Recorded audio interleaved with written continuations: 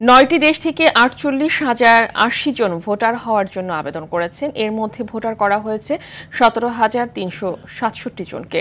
নির্বাচন ভবনের সাংবাদিকদের এসব তথ্য জানান জাতীয় পরিচয় নিবন্ধন অনুবিভাগের মহাপরিচালক এএসএম হুমায়ুন কবির। তিনি বলেন, নতুন করে ওমান, দক্ষিণ আফ্রিকা, জর্ডান, আমেরিকা ও মালদ্বীপে ভোটার নিবন্ধনের জন্য পররাষ্ট্র মন্ত্রণালয়ের অনুমতি পেয়েছে কমিশন। সে বিষয়ে প্রস্তুতি নেওয়া হচ্ছে। সব দূতাবাসে ভোটার আইডির কাজ চালানোর সম্মতিও পাওয়া গেছে।